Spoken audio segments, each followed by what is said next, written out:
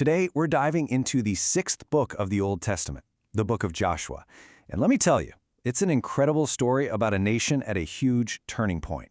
It's full of action, conquest, and the fulfillment of a promise that was generations in the making. And it all kicks off right after the death of a truly legendary leader. So everything really hinges on this one question. Think about it. For 40 years, the people of Israel had followed one man, Moses. He led them out of slavery and through the wilderness. But now, he's gone. They're standing at the edge of the Promised Land, and you have to wonder, who on earth could possibly fill those shoes? So here's how we're going to break this all down. First, we'll see how the leadership torch gets passed from Moses to Joshua. Then we'll get into the thick of it, the conquering of the land. After that, we'll look at how they divided up their new home, and finally, we'll listen in on Joshua's powerful last words. All right, so our story kicks off at this incredibly tense moment. Moses is gone. The entire nation of Israel is camped out on the banks of the Jordan River, and they're just staring across the water at the land they've been promised for so long. At its core, the Book of Joshua is a story of victory. It's the blow-by-blow account of how Joshua steps up, leads the people across that river, and finally, after all this time, conquers the land of Canaan. You know, it's interesting. The whole narrative is bookended by the passing of two giants. It begins right after Moses dies and wraps up with the death of Joshua. This is the command that God gives directly to Joshua. Can you imagine the pressure he was feeling? So this line, "Be strong and courageous," it's way more than just a little pep talk. It becomes his mantra, his marching orders. It's really the foundation for everything he's about to accomplish.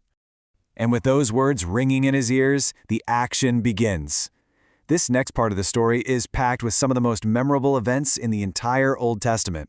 It's this amazing mix of straight-up miracles and, gritty, real-world military strategy.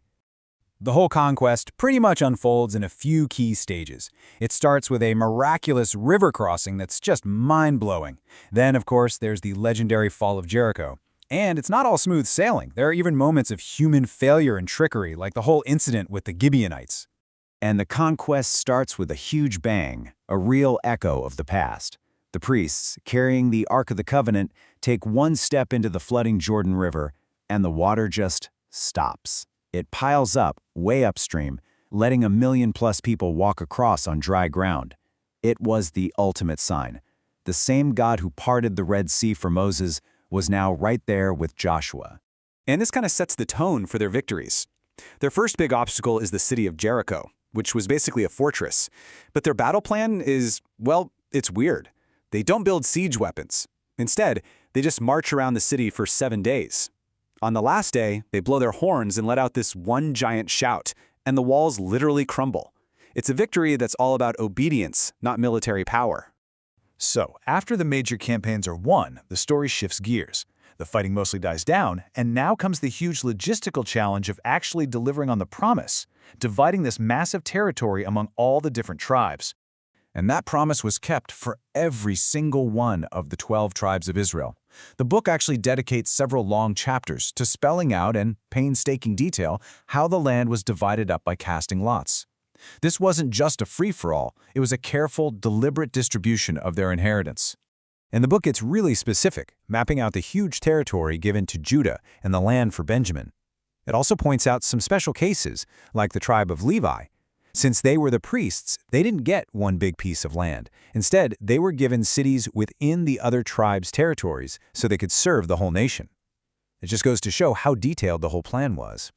And this brings us to the end of an era. Decades have passed. The people are settled, and Joshua, just like his mentor Moses before him, is now an old man. And he knows it's time to give his final speech. So he calls together all the leaders of Israel for one last farewell address. He walks them back through their history, reminding them of every promise God kept, from Egypt to this very moment. And then he lays down a challenge for their future, a passionate plea to stay faithful and serve God alone.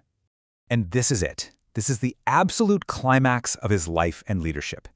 After telling the people they have to choose who they're going to follow, he draws a line in the sand. He makes this powerful, personal declaration. It's a statement that has become his legacy, echoing down through the ages. With his final challenge delivered and the people recommitting to the covenant, the story comes full circle. Just as it began with the death of Moses, the book of Joshua ends with the death and burial of its hero, marking the close of this incredible chapter of Israel's history. So the book ends, but it leaves us with this massive hanging question. Okay, the land is theirs, the promise has been fulfilled, but what now? Would this new generation, born into peace and prosperity, hold on to the radical faith that Joshua modeled for them? Well, that's a question the very next book in the Bible starts to answer.